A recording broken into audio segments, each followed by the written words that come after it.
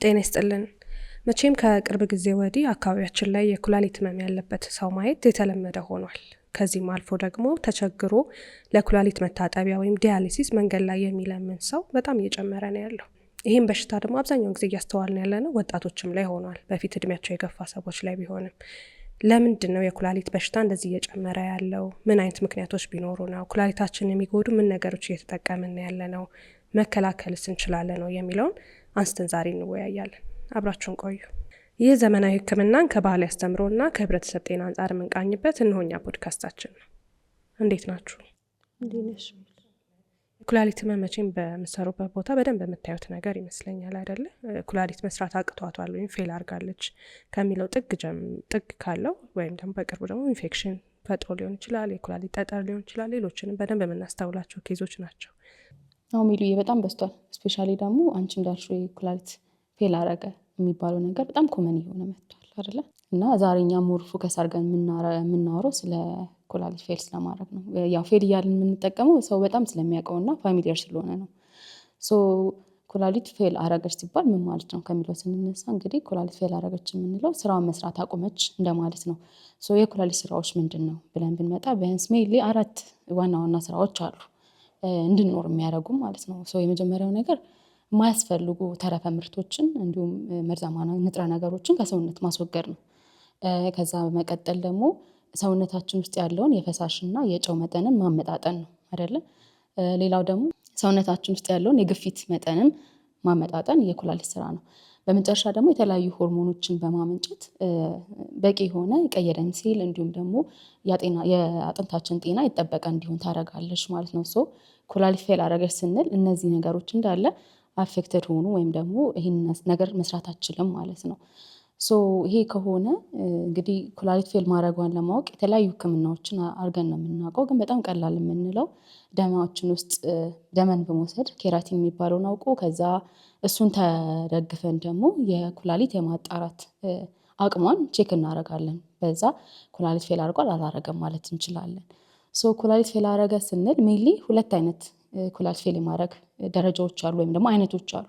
የመጀመሪያው ይሄ አኪዩት የምንለው ነው። በጣም ፈጣን ድንገተኛ የኩላሊት ፌል የማድረግ ሁኔታ ነው። ብዙ ጊዜ በሰዓታቶች ውስጥ ወይም በቀናቶች ውስጥ የሚመጣ ነው እና እዚህ ደረጃ ላይ ሲደርስ እንግዲህ አኪዩቱ ቶሎ ከታከመ መመለስ የሚችልና ኩላሊቷ ወደ ቀድሞ ሁኔታ መቀጠል የሚችልበት ነው። እሱም ወደፊት በደንብ ሰፋ አድርገን እናወራዋለን። ግን ጀስት ትንሽ ነገር ሜንሽን ለማድረግ ይህ የሚፈጠርበት ሁኔታ ለምሳሌ ከፍተኛ የሆነ የፈሳሻችን መጠን ሲቀንስ ሊሆን ይችላል። ለምሳሌ ከፍተኛ የሆነ ማስመለስ ኑሮን ወይም ማስቀመጥ ኑሮን ፈሳሽ ሲያንስ ሊሆን ይችላል። ወይም ደግሞ ከፍተኛ ደም መፍሰስ በሚያጋጥምበት ሰዓት ሊሆን ይችላል። ከፍተኛ የሆነ ኢንፌክሽን ተፈጥሮ እሱም እንደዛ ሊያደርግ ይችላል። የምንወስዳቸው ተደጋጋሚ ጊዜ የምንወስዳቸው መድኃኒቶችም ይህን ሊያስከትሉ ይችላሉ። ወይም ደግሞ ኩላሊት ጠጠር ወይም ቱቦ ላይ ያሉ ጠጠሮች ወይም ደግሞ ወንዶች ላይ ፕሮስቴት በሚጨምርበት ጊዜ የእሱ መዘጋት ሊሆን ይችላል። እንደዚህ አይነት ነገሮችን ሊያስከትሉ ይችላሉ ማለት ነው። እሱ አኪዩት የምንለው ነው። ሌላው ዛሬ በደንብ የምናወራበት ክሮኒክ የምንለው ወይም ደግሞ ስር የሰደደ የኩላሊት ፌሊየር ነው አይደለ? ስር የሰደደ የኩላሊት ጉዳት የምንለው ብዙ ጊዜ የማናውቀው በጣም እየቆየ ቀስ ብሎ ግን እየተባባሰ የሚመጣ መጀመሪያ አካባቢ ምንም አይነት ምልክት የሌለው ከዛ በኋላ ግን ሰውየው ሲመጣ ኮምፕሊትሊ በቃ የሰውየው ኩላሊት ስራ አቁማ ነው የሚመጣው ማለት ነው። እና እንደውም ብዙ ጊዜ ይባላል ሁለቱም ኩላሊቱ ፌል አረገ ይባላል አይደለ? ያም የሆነው ለምንድን ነው? መጀመሪያ ምንም አይነት ምልክት አይኖራቸውም። እንደውም እሱን ለ5 ስቴጅ ልንከፋፍለው እንችላለን አይደለ? የመጀመሪያው ስቴጅ በጣም ቀላል የምንለው ነው ወይም ምልክቶች አያሳዩንም። የመጀመሪያው 1 እና 2ኛው ስቴጅ ማለት ነው። የመጨረሻው 5ኛው የሚባለው ደግሞ ፉል ብሎን ምልክት የሚያሳየን ከዛ ደግሞ ዲያሊሲስ የሚያስፈልግበት ስቴጅ ላይ ደርሶ ሊመጣ ይችላል ማለት ነው።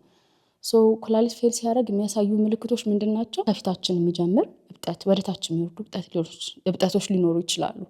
እዛ ላይ ብቻ አያበቃም። ከአካላችን ደግሞ ልባችንና ሳንባችን ዙሪያም ደግሞ ውሃ መጠራቀም ይጀምራል። ስለዚህ ለመተንፈስ መቸገር፣ ለመንቀሳቀስ መቸገር ሊኖራቸው ይችላል። ከዛ በፊት ደግሞ ቀደም ብሎ የሚመጡ ምልክቶች ደግሞ አሉ። ለምሳሌ ከፍተኛ የሆነ ድካም ሊሆን ይችላል። የምግብ ፍላጎት መቀነስ ሊሆን ይችላል። ቆሻሻዎቹ በጣም እየተጠራቀሙ ደግሞ ሲመጡ ማቅለሽለሽ፣ ማስመለስ አይደለ? ከዛ በጣም አሁንም እየባሰ ደግሞ ሲመጣ ሰውነታችን ላይ ማሳከክ ሊሆን ይችላል። ወይም ደግሞ ንቃታቸው መቀነስ፣ ይሄ ሰውን ለመለየት መቸገር፣ ኢቨን እስከ ኮማ ውስጥ እስከ መግባት ድረስ ይደርሳሉ። ይሄ ሰፋ ያለና ይሄ ነው የማይባል ምልክቶችን ወደ መጨረሻ አካባቢ ነው ማሳየት የሚጀምሩት። አለበለዚያ የመጀመሪያው ስቴጅ ሁለተኛው ስቴጅ የምንላቸው ላይ ምንም አይነት ምልክቶች ላይኖሩ ይችላሉ ማለት ነው። እንደዛ ሆኖ ይመጣሉ እኛ ጋር። ኩላሊት ፌል አደረገ የምንለው እንግዲህ እነዚህ ነገሮች ሲፈጠሩ ነው ማለት ነው። ስለዚህ እንደተባለው ይሄ የረጅሙ ጊዜ ማለት ነው። በረጅም ጊዜ ያው ታካሚው ላያውቀውም ይችላል። ጊዜ ወስዶ ቀስ እያለ ኩላሊት ስራዋን ሙሉ ለሙሉ እንድታቆም የሚያደርጓት የተለያዩ ምክንያቶች አሉ እና በዓለም ደረጃ ስናየው አንደኛ ምክንያት ተብሎ የሚወሰደው የስኳር ህመም ነው። በተለይ ደግሞ ያልተቆጣጠርነው የስኳር ህመም ሲኖር ማለት ነው። ስለዚህ ለዛ ነው የስኳር ህመምተኞችን በተለይ የሁለተኛው አይነት የስኳር ህመም ያለባቸው ሰዎች ልክ ስኳር አለባችሁ ከተባሉበት ቀን ጀምሮ ቢያንስ በየአመቱ የኩላሊት ምርመራ እንዲያደርጉ የምናደርገው ማለት ነው።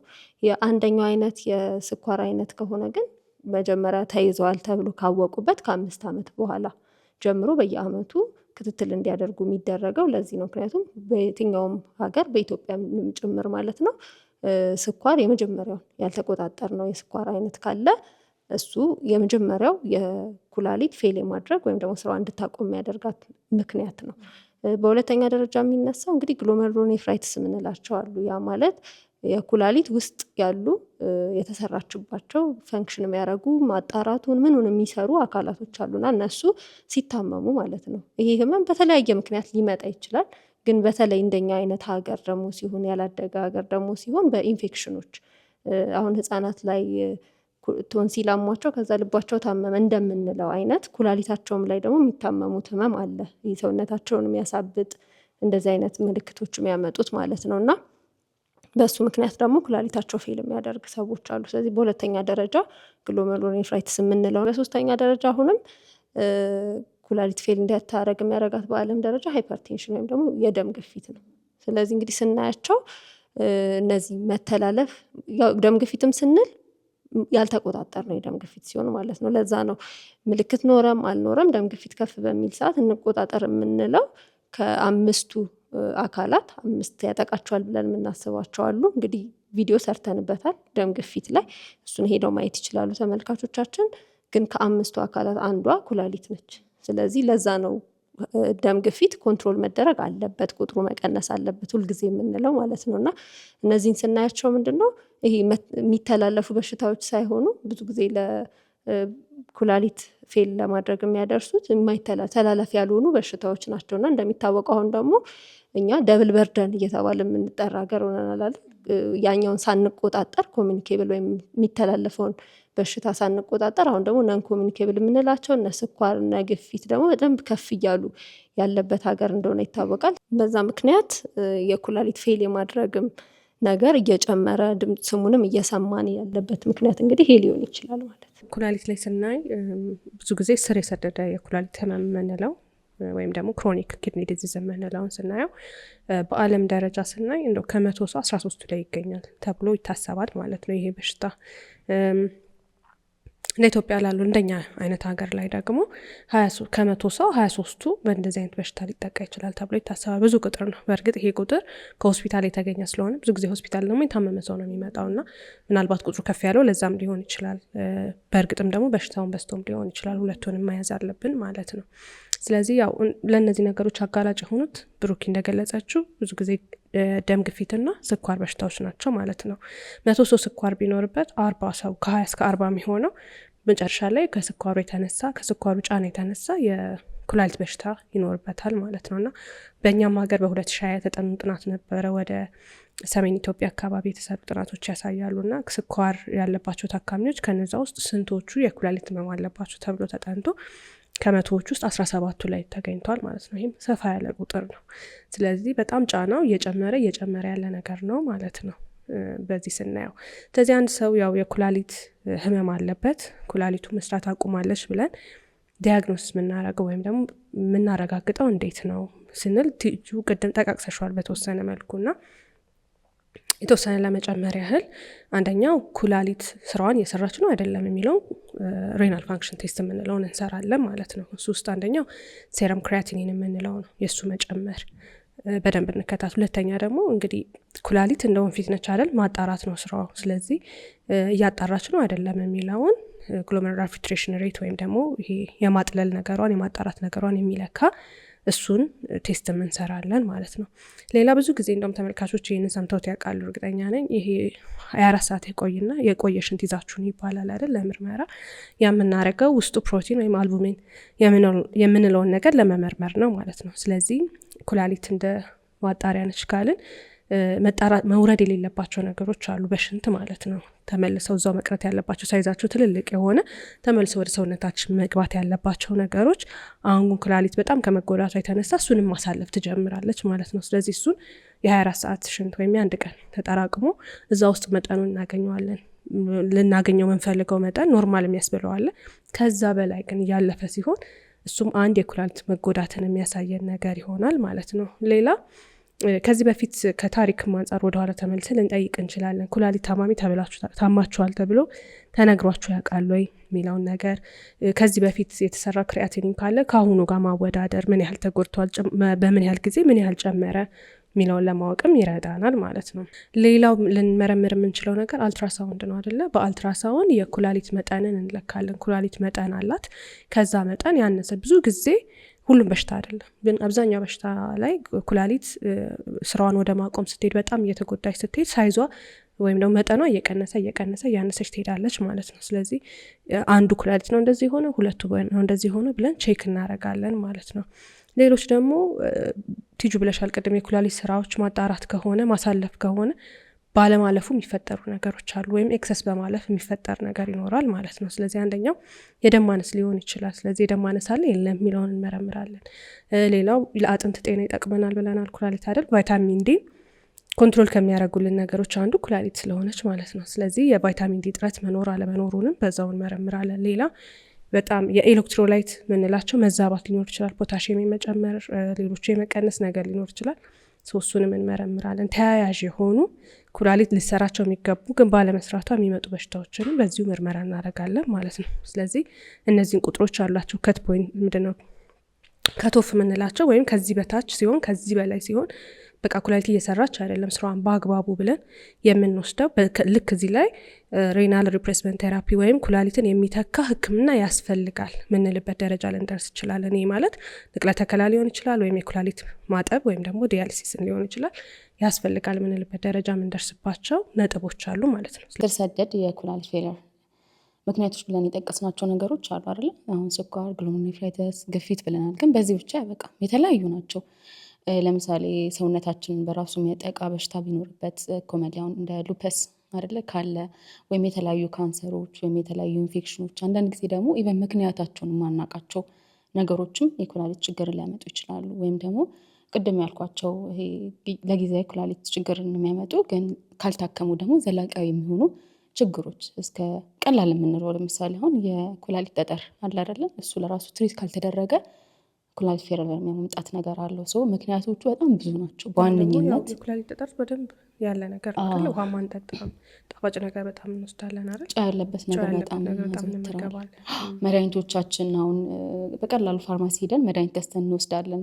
እነዚህ መድኃኒቶች ኢቨን ኩላሊት ላይ ያላቸውን ጫናዎች አናውቅምና አንዳንድ ጊዜ ምክንያታቸውን እኛ ዳይሬክትሊ ማናውቃቸው በኋላ ግን ምንም አይነት ስኳርም ግፊትም ሳይኖርበት በኩላሊት ፌለር ሊመጣ ይችላል ማለት ነው። ምክንያቱ ብዙ ነው፣ ግን በዋነኝነት ግን እነዚህ ሶስቱን ቢይዙ አሪፍ ነው። አንድ ሰው ኩላሊቱ ፌል ካደረገ በኋላ ስፔሻል ሁለተኛው የስር ሰደድ የምንለው ከደረሰ በኋላ ያለው አማራጭ ሁለት ነው። ቅድም ሜሉ እንዳለችን ወይ ኩላሊቱን ኮምፕሊትሊ መቀየር ነው፣ አለበለዚያ ደግሞ ለጊዜው ዲያሊሲስ እንዲያደርግ ማድረግ ነው። ዲያሊሲስ ማለት ጊዜያዊ የኩላሊትን ስራ የሚሰራ ህክምና ነው። ጊዜያዊ የሚለው ላይ በጣም መሰመር አለበት። ለምን የዘላቂያዊ መፍትሄ አይደለም፣ በራሱ ብዙ ኮምፕሊኬሽኖች ስላሉት ማለት ነው። ዲያሊሲስ አንድ ሰው ሲያደርግ ሁለት አይነት አማራጭ አሉት። ኮመንልኛ ሀገር የሚደረገው ግን ማሽን አለ፣ አርቲፊሻል ኩላሊት ያለው ማሽን አለ። ከሱ ጋር በቱቦ አማካኝነት ያ ቱቦ ወይ አንገት ጋር ሊሆን ይችላል፣ ወይም ደግሞ አርቲፊሻሊ በተሰራ ደም ስር እጅ ጋር ሊሆን ይችላል፣ ወይም ደግሞ በሽሽት አካባቢ ተሰክቶ ደም እንዲወስድ ይደረጋል። ከዛ ማሽኑ ያጣራዋል ያንን ደም፣ ከዛ በሌላ ቱቦ ደሙን ይመልሰዋል ማለት ነው። የተጣራ ደም ንጹህ ደም ይመልሳል ማለት ነው። ሰው ማያስፈልግ ቆሻሻውን ማያስፈልግ ፈሳሽንም አስወግዶ ተመጣጣኝ የሚለውን ያስገባል ማለት ነው። ሶ በዛ መንገድ ይቀጥላል ማለት ነው። ሌላው ውጭ ያለው ፔሪቶኒያል የምንለው ነው። ፔሪቶኒያል ዲያሊሲስ የምንለው እሱ የሚሆነው ምንድን ነው? ሆድ ዕቃ ጋር ትቦ ይሰካል። ሌላ ፍሉድ ይገባል። ደም አይደለም፣ ሌላ ፍሉድ ይገባል። ያ ፍሉድ ምንድን የሚያደርገው አላስፈላጊ ነገሮችን ያወጣል። ከዛ ሌላ ትቦ ተሰክቶ ደግሞ ያ ትቦ ደግሞ ቆሻሻውን ወይም ተረፈ ምርቱ እንዲወገድ ያደርጋል ማለት ነው። ይሄ ኮመንሊ እኛ ሀገር አይሰራም። እኛ ሀገር ያለውን ዲያሊሲስ አይነት ስናይ ይሄ ዲያሊሲስ ቢያንስ በአቬሬጅ በቀን በሳምንት 3 ለ4 ሰዓት ይሰራል ማለት ነው። ኢማጂን በየሳምንቱ 3 ጊዜ ለ4 ሰዓት አንድ ሰው ሆስፒታል መሄድ አለበት ማለት ነው። ብዙ ጊዜ እኛ ዲያሊሲስ ላይ አንድ ሰው ረጅም ጊዜ እንዲቆይ አንመክርም አይደለም። እዚህ ጋር እኮ ግን ይሄ ራሱ በቂ አይደለም ከአቅም ማጣት አንጻር እንጂ። ምክንያቱም ኩላሊት በየቀኑ ነው አይደል? በየቀኑ በየሰዓቱ በየደቂቃው ነው ይሄን ስራ የምትሰራው። ግን ከአቅም ማነስ አንጻር ነው ይሄን እንደው ቢያንስ በሳምንት 3 የምንለው ማለት ነው። ከአቅም ማነስ አንጻር ነው አንድ። ሁለተኛ ደግሞ ሰውነታችን ከዛ በላይ ላይችል ይችላል። ለምን? ዲያሊሲስ የራሱ የሆነ ኮምፕሊኬሽን ስላለው ማለት ነው። አንደኛው አንቺ እንዳልሽው በጣም ኤክስፔንሲቭ ነው፣ በጣም ውድ ነው። ውድ መሆኑ ዲያሊሲስ ብቻ አይደለም። ዲያሊሲስ ሲደረጉ በጣም የተለያዩ መድኃኒቶችም አብረን እንሰጣለን አይደለ? ለምሳሌ ደም ማቅጠኞችን አብረን እንሰጣለን። ያ የሚሆንበት አሁን ደም ከሰውነታችን ከወጣ በኋላ የመርጋት ባህሪ ያለው አይደለ? ቱቦ ውስጥ እንዳይረጋ መድኃኒቶች ይሰጣሉ። ቅድም አንቺ እንዳልሽው ኩላሊቱ ፌል ያደረገ ሰው ደም ማነስ ይኖረዋል። ለደም ማነስ እንዲሰራ የሚያደርጉ ኢፖቲን የሚባሉ አይረን የሚባሉ መድኃኒቶችም አብረው ይሰጣሉ። እነሱ በራሳቸው በጣም ከፍተኛ የሆነ የኢኮኖሚካል ፋይናንሻል ጫና ያመጣሉ ማለት ነው። አንድ እሱ አለ። ሁለተኛው የሰውየው ኳሊቲ ኦፍ ላይፍ በጣም አፌክትድ ይሆናል። እንግዲህ አስቡት፣ ቀርቶ በየሳምንቱ ለ3 ቀን ሆስፒታል መሄድ አይደለም፣ በወር አንድ የሚሄድ በጣም ከባድ ነው። እሱ በጣም ሰውየው ላይ ከባድ ነገር ያመጣል። ዲፕሬሽን ያመጣል፣ ህመም አለው ምናምን ማለት ነው። ሌላው የራሱ የዲያሊሲስ ኮምፕሊኬሽን አሉት አይደለ? ብዙ ጊዜ ዲያሊሲስ ከተሰራ በኋላ ከፍተኛ የሆነ ድካም ይኖራል። ዲያሊሲስ የተሰራ ግፊት በጣም ይወርዳል፣ አብዛኛው ጊዜ ማለት ነው። ግፊት ሲወርድ በጣም ይረብሻል አይደለ? ላብ ያልባቸዋል፣ ይዞርባቸዋል። ይሄ የሚያስጠላ አይነት ስሜት አለ። እሱ አለ ማለት ነው። ሌላው የዲያሊሲስ ኮምፕሊኬሽን ምንድን ነው? ቅድም እንዳልኳችሁ እንግዲህ መርፌ እየተወጋ ነው የተለያየ ቦታ ላይ ደሙ እንዲወጣና እንዲገባ የሚደረገው። ያ ባዕድ ነገር ኢንፌክሽን በቀላሉ ሰውየው እንዲያዝ ያደርገዋል። ኖርማሊ ኩላሊቱ ፌል ያደረገ ሰውዬ ለኢንፌክሽን ተጋላጭ ነው አይደለ? ብዙ ቆሻሻዎች ስላሉ በቀላሉ በኢንፌክሽን የመያዝ እድል አለው። ተደጋጋሚ ለሚባል ኢንፌክሽን ይጋለጣል ማለት ነው። ያ ተደጋጋሚ ኢንፌክሽን ደግሞ ምንድን ነው? በቀላሉ የማይመለሱ ናቸው። ብዙ ጊዜ የምንሰጣቸው መድኃኒት ለራሱ የሚዋጡ አይደሉም። በደም ስር የሚሰጡ መድኃኒቶች ናቸው። ለባክቴሪያ የመላ መድኃኒት ነገር ያመጣሉ። በኋላ ላይ እንደውም እየሄደ ሲመጣ ኢቨን በቀላሉ የማይመለሱ ኢንፌክሽኖች ያጋልጣቸዋል ማለት ነው። እሱ አለ። ሌላው ዲያሊሲስ ላይ ያለ ሰው የሚያጋጥመው ችግር ምንድን ነው? ደም መርጋት እየወጣ አይደለም የሚሰጠው። ደም መርጋት አለ፣ እሱ ሊያጋጥመው ይችላል። ሌላው ከፍተኛ የሆነ ልብ ላይ ተጽዕኖን ያመጣል፣ ጫናን ያመጣል። እሱም አለ። ከዛ ደግሞ በተጨማሪ ምንድን ነው? የኤሌክትሮላይት ኢምባላንስ ያጋጥመዋል አይደል? ልክ እንደ ሰውነታችን ወይም ልክ ኩላሊት እንደምትሰራው የምር አመጣጥኖ መስራት አይችልም። እኛ ባስገባንለት መጠን ነው እያመጣጠን የሚሰራው እና አብዛኛው ጊዜ ደግሞ ዲያሊሲስ የሚያደርጉ ሰዎች ላብራቶሪ ቶሎ ማሰራት አይችሉም። እኛ ባሰብነው ነው እየሰጠን፣ በእኛ ሀገር ሴታፕ ማለት ነው። በውጭ እንደዛ ላይሆን ይችላል። ያ በጣም ከባድ ያደርገዋል። በተቻለ አቅም እኛ ሀገር የምንመክረው ማንኛውም እኛ ሀገር ባይሆንም የሚመከረው ምንድነው? አንድ ሰው ቶሎ ወደ ኩላሊት ንቅለ ተከላ እንዲያደርግ ነው እንጂ ዲያሊሲስ ላይ እንዲቆይ አንመክርም። በጣም ከባድ ስለሆነ እንትኑ ጫነው ማለት ነው። ለጊዜው ያስታግሰናል፣ መፍትሄ ይሆነናል። ግን በቆየ ቁጥር ሰውየው ላይ ተጨማሪ እንትኖችን ጫናዎችን እያመጣ ነው የሚሄደው ማለት ነው። ስለዚህ ይሄ የኩላሊት እጥበት የምንለው ወይም ዳያሊሲስ የምንለው እንዳልሽው ይሄ ስር ለሰደደ የኩላሊት ህመም እንደ ሕክምና በቃ መጨረሻ ያለን አይደለ? በተለይ ልክ ስቴጅ 5 ሲደርሱ ያለን እሱ ነው። እንደ ማቆያ ልክ የኩላሊት ንቅለ ተከላ እስከሚያደርጉ ድረስ ማቆየት የምንችለው በዲያሊሲስ ወይም በእጥበት ነው ማለት ነው። ግን ሁልጊዜ እጥበት ሲባል ይሄ ሰው ስር የሰደደ የኩላሊት ህመም አለበት ማለት ግን አይደለም። ምክንያቱም ቅድም እንዳነሳ ነው በአጭር ጊዜ ውስጥ ኩላሊት ፌል የምታደርግበት ደግሞ ኤኪአይ የምንለው አኪዩት ኪድኒ ኢንጁሪ የምንለው ደግሞ ህመም አለ። ስለዚህ እሱም አንዳንዴ በዲያሊሲስ ልናክም እንችላለን። ግን የኩላሊት ፌለሩን አይደለም የምናክመው። ሁለቱ አሁን በጣም የሚለያይበት ምክንያት ሲጀመር ዲያሊሲስ የምናደርግበት ወይም የኩላሊት እጥበት የምናደርግበት ምክንያት ራሱ ይለያያል። ምክንያቱም እንደጠቀስ ነው የስር የሰደደ ህመም ያለበት ሰው በቃ ኩላሊቱ ስራ እየሰራ አይደለም፣ ኩላሊቱን ተክቶ ያ ማሽን ነው ስራውን የሚሰራለት። ስለዚህ አላማው የኩላሊትን ስራ በማሽኑ ማሰራት ነው። ኤኬአይ ወይም ደግሞ በአጭር ጊዜ በቃ ድንገተኛ ኩላሊቱ ፌል ላደረገ ሰው ግን አንዳንዴ ኮምፕሊኬሽኖች ይመጣሉ። ኪድኒው ፌል በማድረጓ ወይም ኩላሊቷ በአጭር ጊዜ እየሰራ ባለመሆኗ ምክንያት የሚመጡ ችግሮች አሉ። በተለይ ደግሞ ኤሌክትሮላይት ኢምባላንስ የምንለው እነ ፖታሲየምን፣ በተለይ ደግሞ ሃይፐርካሊሚያ የምንለው የፖታሲየም በጣም መጨመር፣ እሱ ደግሞ ኦርጋኖች ላይ በተለይ ልብ ላይ በጣም እንግዲህ ፖታሲየም የምንለው በጣም አጭር ቁጥር ነው ያላት። ከዛ ቁጥር ካነሰችም ከበለጠችም ችግር ይፈጠራል ሰውነት ላይ፣ በተለይ ደግሞ ልብ ላይ ጫና ታመጣለች። ስለዚህ ሃይፐርካሊሚያ ካየን ወይም ደግሞ ፖታሲየም መጠኗ በጣም ከጨመረችብን በኩላሊት ፌለሩ ምክንያት እሱም ማስተካከል አለብን። የተለያዩ መድኃኒቶችን እንሰጣለን፣ በሱም የማይመለስበት ጊዜ አለ። ስለዚህ ይሄ ህይወት ለማዳን ስንል የምንሰራቸው ስራዎች ናቸው። ብዙ ጊዜ እንግዲህ በአጭር ጊዜ ኩላሊት ፌል አረገ ስንል በቃ እሱ ችግር አምጥቷል ወዲያው ሆስፒታል ይመጣል። ልክ እንደዚህ የተረዛዘመ ነገር አይደለም። አይሲ ውስጥ ሊሆን ይችላል ይሄንን የምንሰራው። ኢቨን ሴታፕ ራሱ አንመርጥም። ስለዚህ ጽኑ ህሙማን ውስጥ ሊሆን ይችላል። የተለያየ በቃ ብቻ ይሄ ኢመርጀንሲ አይነት ስራ ነው የምንሰራው እና ለህመሙ ለኩላሊቷን ለመተካት ሳይሆን የሚሰራው ይሄ ስራ ኮምፕሊኬሽኖቹን ወይም የመጡትን ችግሮች የዛን ሰው ህይወት እንዳይቀጥፉት እሱን ለመታደግ ስንል የምንሰራው ነው ዲያሊሲሱን የምንሰራው። ከዛም እንደ ሲኬዲ ወይም ደግሞ ይሄ ስር የሰደደ እንዳልነው የኩላሊት ህመም ደግሞ እንደ ህክምና አማራጭ በቃ የሚቀጥል እስከ ሪፕሌስ እስኪደረግ ኩላሊት እስክትተካ ድረስ የሚቀጥል አይነት ላይሆን ይችላል። እንደ ሁኔታው ነው። አንድ ጊዜም ብቻ ተደርጎ ሊቆም ይችላል፣ ወይም 2-3 ሊደገም ይችላል። ከዛ በኋላ ግን እናቆማለን ብለን ነው የምናስበው። እነዛ ኮምፕሊኬሽኖች ወይም እነዛ የፈራናቸው የዚህን ሰው ህይወት ሊወስዱት ይችላሉ ብለን ያሰብናቸው ነገሮች እስከጠፉልን ድረስ ዲያሊሲሱን አንቀጥልም፣ በሌላ ህክምና ነው የሚቀጥለው ማለት ነው። የኩላሊትን ስራ ተክቶ ከሚሰራልን ነገር አንዱ የኩላሊት አጠባ ነው ብለናል ዲያሊሲስ። ሌላኛው ደግሞ ንቅለ ተከላ ሊሆን ይችላል። ስለዚህ አዲስ ኩላሊት ከሰው ተወስዶ ሊደረግለት ይችላል ማለት ነው። ንቅለ ተከላ ያው ህይወቱ ካለፈ ሰው ሊወሰድ ይችላል ኩላሊቱ፣ ወይም ደግሞ በህይወት ካለ ሰው ሊወሰድ ይችላል ማለት ነው። በህይወት ኖሮ መለገስ እፈልጋለሁ የሚል ሰው ሊኖር ይችላል። አንዳንዴ ዶነሮች ይባላሉ አይደለ?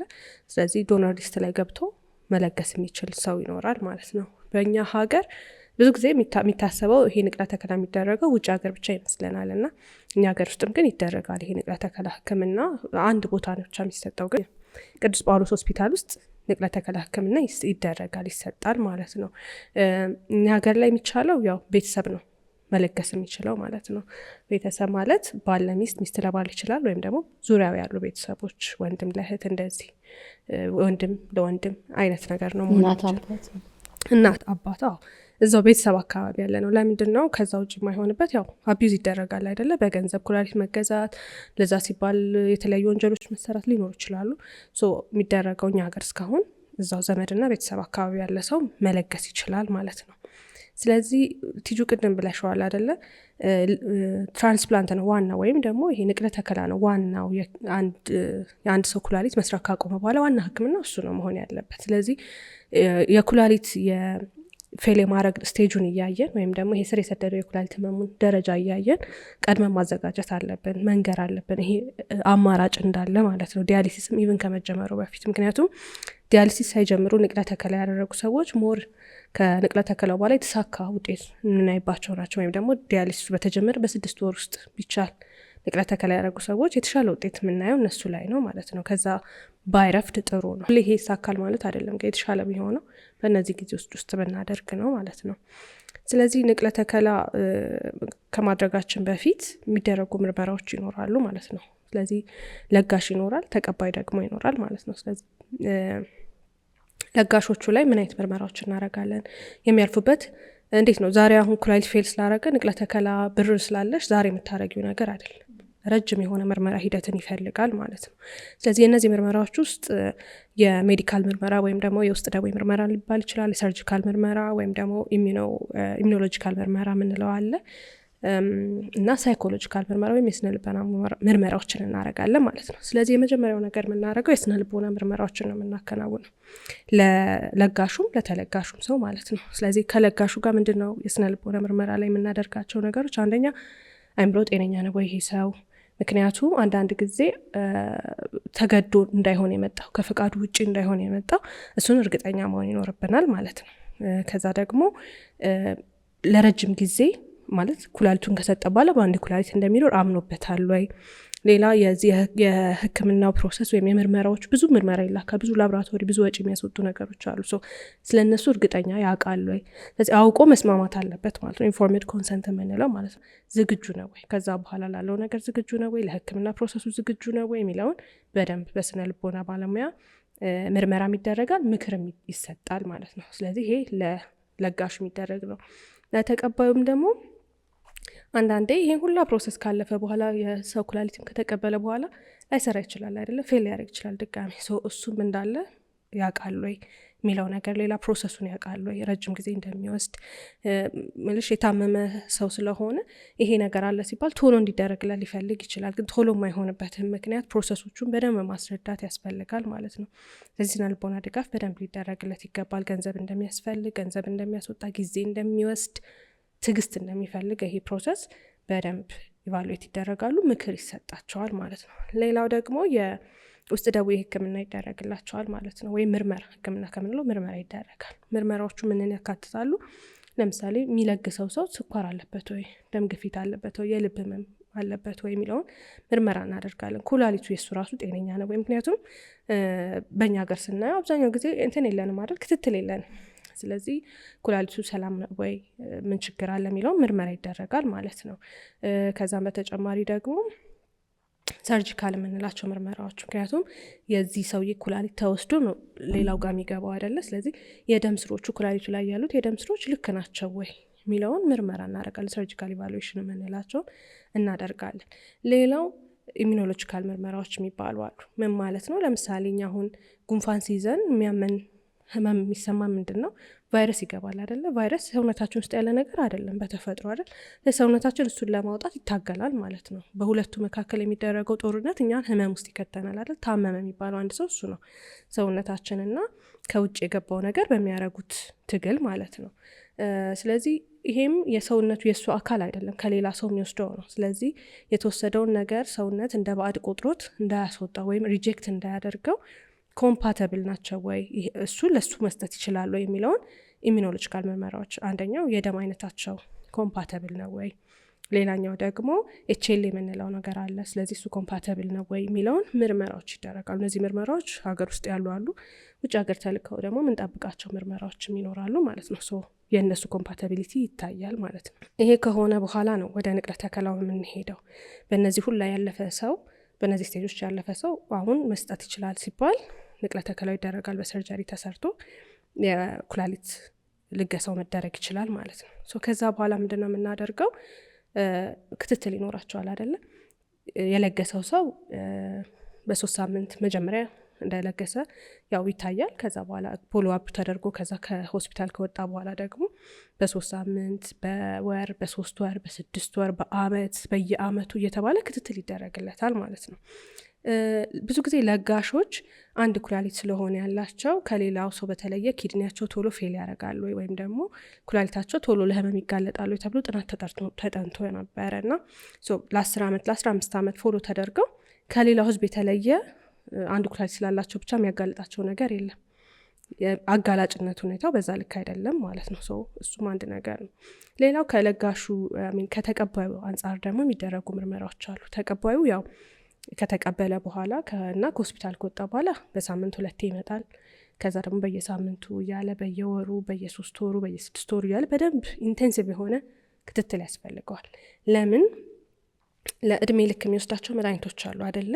ሰውነቱ ቅድም እንዳልነው የሌላ ባዕድ አካል ነው ብሎ ሪጀክት እንዳያደርገው ወይም ከሰውነቱ እንዳያስወጣው ኩላሊቱን ጎድቶ ምርመራዎች አድርገናል ቀድመን። ግን አሁንም የቀረ ነገር ሊኖር ይችላል ውስጡ እንዳይታገል ማለት ነው። ወይም ደግሞ ሰውነታችን ያንን ነገር እንዳያጠቃው የሚያደርጉ መድኃኒቶች ይሰጣሉ። ስለዚህ መድኃኒቶች እድሜ ልክ ስለሚሰጡ እሱ መውሰድ ይኖርበታል። ኢሚኖሰፕሬሳንት የምንላቸው መድኃኒቶች ይሰጣሉ። በዛ ላይ ደግሞ ኩላሊቱ የእውነት ስራውን መስራት ጀምሯል፣ በትክክል እየሰራ ነው ወይ የሚሉትንም ምርመራዎች እናደርጋለን ማለት ነው። ስለዚህ ንቅለ ተከላን በሚመለከት ይሄ ነው ያለው ነገር። ሜሉ እንዳልሽን መድኃኒቶች እድሜ ልክ የሚወሰዱ መድኃኒቶች አሉ ከንቅለ ተከላ በኋላ። እነሱ መድኃኒቶች በምንም አይነት ምክንያት መቋረጥ የለባቸው፣ በምንም አይነት ምክንያት ማለት ነው። በጣም ኮንሲስተንት መሆን አለባቸው። አለበለዚያ ተቋረጠ ማለት አሰም ፖይንት ተቋረጠ ማለት ኩላሊቷ ድጋሚ ፌል ልታረግ ትችላለች ማለት ነው። እሱን በጣም ኮንሽስሊ ማየት አለባቸው። ኩላሊቱ ፌል ያደረገ ሰው የተለያዩ አይነት ኮምፕሊኬሽኖች ሊያጋጥሙት ይችላሉ። ለምን? ኩላሊት ስትጎዳ ሁሉንም የሰውነታችን ክፍል አብራ ትጎዳለች። ለምን? ተረፈ ምርቶች ይጠራቀማሉ ብለናል፣ የተለያዩ ሆርሞኖች አይመረቱም ብለናል። ስለዚህ እሱ ነገር የሰውነታችን ስርዓት እንዳለ ያዛባል። በዋነኝነት አፌክት የምታደርገው ቅድም ብሩኪ እንዳለችን ልብን ነው አይደለ? ልብና የተለያዩ የደም ስሮችን አፌክት ታደርጋለች። በዛ የተነሳ ከፍተኛ የሆነ የደም ግፊት ይኖራል። የልብ የደም ቱቦች እንዲዘጉና ድንገተኛ የሆነ በልብ የተነሳ የህይወት እልፈት ሊያጋጥም ይችላል። የልብ አመታቷ አፌክተር ሊሆን ይችላል። በዚህ የተነሳ የተለያዩ መድኃኒቶችን መውሰድ ሊኖርበት ይችላል ማለት ነው። ያ ማለት የግፊት መድኃኒቶችን ይወስዳሉ። ብዙ ጊዜ አንድ መድኃኒት ብቻ ላይሆን ይችላል አይደል? እየታየ 1፣ 2፣ 3 የተደረጉ የደም ግፊት መድኃኒቶች ሊሰጡ ይችላሉ።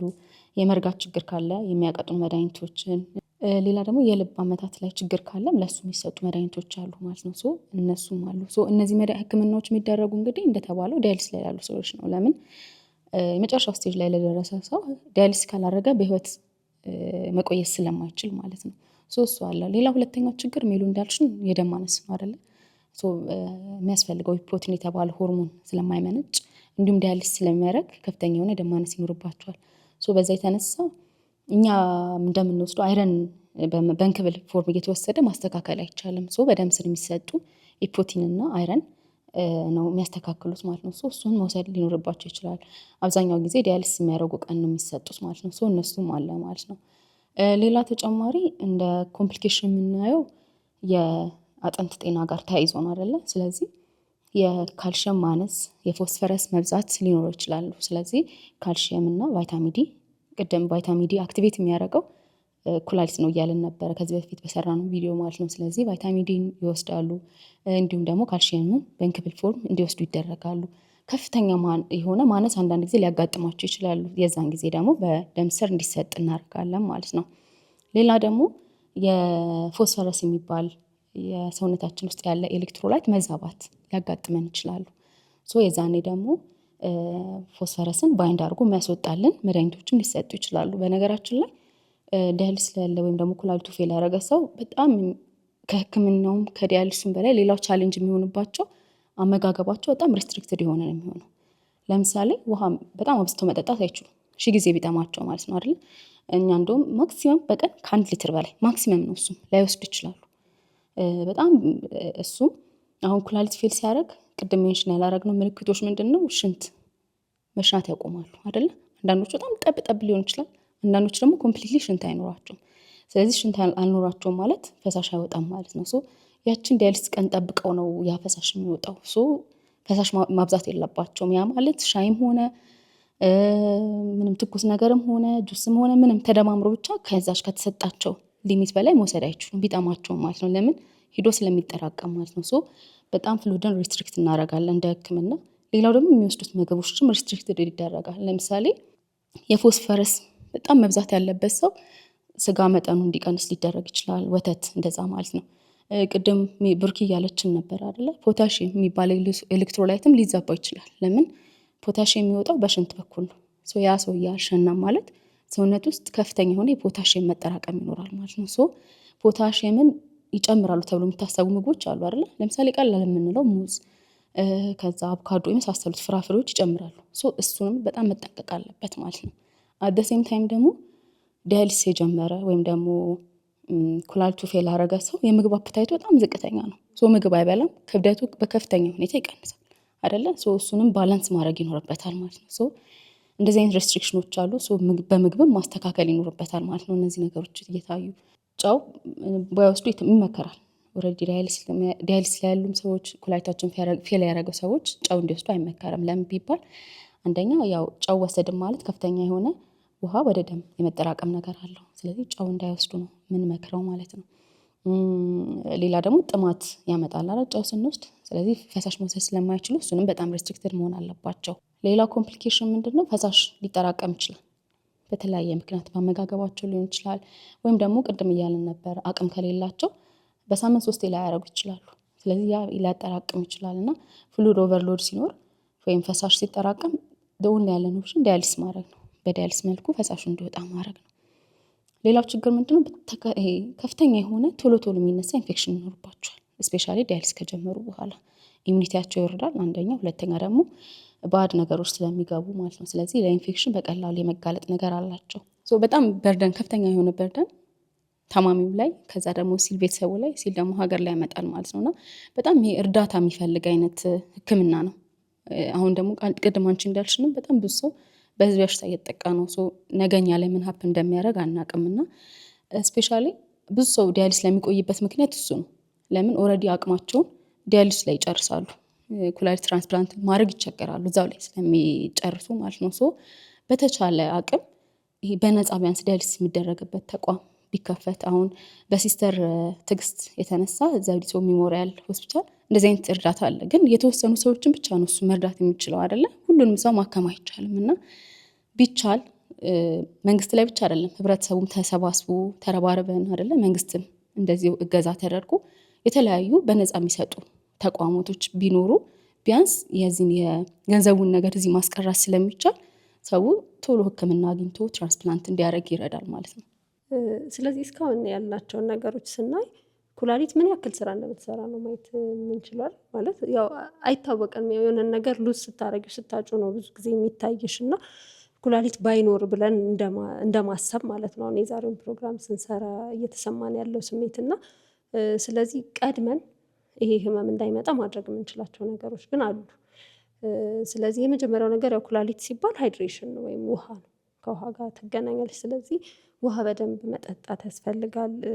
ሚኒመም ለሁሉም ሰው 2 ሊትር በቀን የምንለው አለ። ስለዚህ 2 ሊትር በቀን ውሃ መጠጣት፣ በዚህ ኩላሊታችንን መጠበቅ እንችላለን። ከውሃ በተጨማሪ ደግሞ ዳይትን ወይም ደግሞ አመጋገባችንን ማስተካከል ያው ብዙ ጊዜ ይባላል፣ ግን በትክክል ማስተካከል ይኖርብናል። በተለይ ደግሞ እነዚህ ሳልትድ ወይም ደግሞ የታሸጉ ምግቦች ስንል ብዙ ጊዜ ፋብሪካ ላይ ይሄ ፕሮሰስ ስለሚደረጉ ጨው ስለሚጨመርባቸው ነው እና እነሱ ምግቦች መቀነስ በተቻለ መጠን። አሁን እኛ ለህፃናት ሁላ ሳይቀር እንደዚህ አይነት ምግቦችን ነው ፕሮቫይድ እያደረግን ያለ ነው እና ወደ ቀደመው ቺፕስ፣ ጁስ፣ የታሸጉ ትንንሾቹ ጁሶች ይሄ በቃ ዴይሊ ሱቅ ላይ እየሄድን የምንገዛቸው፣ በተለይ ደግሞ ትንሽ ከፍ ሲሉ ልጆች ራሳቸውም እየሄዱ አባባ ግዛልኝ እያሉ የሚገዟቸው አብዛኞቹ ነገሮች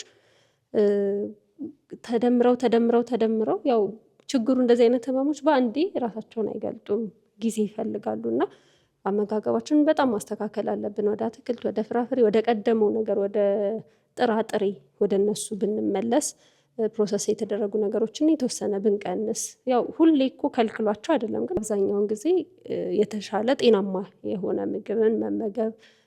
ሌላ ደግሞ መንቀሳቀስ፣ እንቅስቃሴ ማድረግ፣ ኢቭን መራመድ ራሱ እንደ እንቅስቃሴ ነው የሚቆጠረው እና መራመድ ከቻለን ያው እንግዲህ ጂም ቤት ግቡ አንልም ሁሉንም ሰው፣ ግን ከተቻለ እንደሱ ማድረግ ይቻላል። ግን አትሊስት ቁጭ ብሎ የሚውል ሰው ከሆነ የተወሰነ ሰዓት አስቦበት መንቀሳቀስ ቢችል፣ የእግር ጉዞ ማድረግ ቢችል ማለት መንቀሳቀስ ቢችል ጥሩ ነው። ስለዚህ እነሱ አሉ። ከዚህ በተጨማሪ ደግሞ ለመድኃኒት ያለን አመለካከት በጣም መቀየር አለብን፣ በተለይ ለማስታገሻዎች ማለት ነው እና በጣም ደፋር እየሆኑ ነው ከጊዜ ወደ ጊዜ። ሁሉም ሰው ስለ መድኃኒት ያለው እውቀት በተለይ ሶሻል ሚዲያን ተከትሎ እየጨመረ ነው።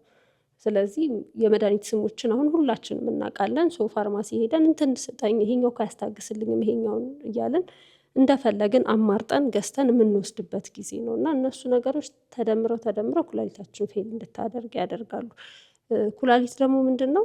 በጣም ታታሪ ሰራተኛ ነች እና አሟትም አታውቁም። ልክ አንድ ሰው አሁን በጣም ታታሪ የሚባል ሰው ቤት ስትገቢ ተጸድቷል፣ ሁሉም ነገር መልካም ነው፣ ስለዚህ እሷም ደህና ነች ብለሽ ነው የምታስቢው፣ ደህና ነው ብለሽ ነው የምታስቢው። ያ ሰው ስራው ተሰርቷል፣ ግን በቃ ልክ እስከሚያቅተው ድረስ ነው የሚሰራው ኩላሊት። አንደኛው ኩላሊት ፌል አድርጎ ያኛው ይሰራል። ስለዚህ አናውቅም ፌል ማድረጉን። ያኛውም 80-90% ፌል እስከሚያደርግ ድረስ ይሰራል እስከ መጨረሻው። ስለዚህ የምናውቀው በቃ ፌል አድርጓል ነው የምንባለው። ወይ ድንገት ሄዶ እኮ ፌል አረገ ተባለ ይባላል። ስለዚህ በዚህ ምክንያት የሕክምና ክትትል ማድረግ መጀመር አለብን። ስለዚህ በየጊዜው እየሄድን ቼክ ማድረግ ራሳችንን ልምድ ሊሆነን ይገባል። በመድኃኒቶችን ማወቅ ምናምን ጥሩ ሆኖ እያለ ይህም ደግሞ አንድ የስልጣኔ መንገድ ቢሆን መከታተል ብንጀምር ጥሩ ነው። ከዛ በተጨማሪ ቅድም እንደ ምልክት እንደ ምክንያት የጠቀስናቸው ስኳር፣ ደም ግፊት ብለናል እና ስኳርና ደም ግፊት ያለባቸው ሰዎች ክትትል በጣም ማድረግ አለባቸው። አሁንም ችግሩ በተለይ ደም ግፊት ላይ ምንም ምልክት ስለማይኖረው ብዙ ሰው ይዘናጋል። የተወሰነ ጊዜ የተወሰነ ዓመት መድኃኒት ወስዶ ያቆማል። ምንም ምልክት እኮ የለኝም ይላል። ግን እንዳልነው ታርጌት ኦርጋኖች አሉ። በየጊዜው እያጠራቀመ እየያዘ እነዛን 5 ኦርጋኖች እየጎዳ ኩላሊትን ጭምር ስለሚሄድ ግፊት ካለብን ክትትል ማድረግ አለብን በየጊዜው።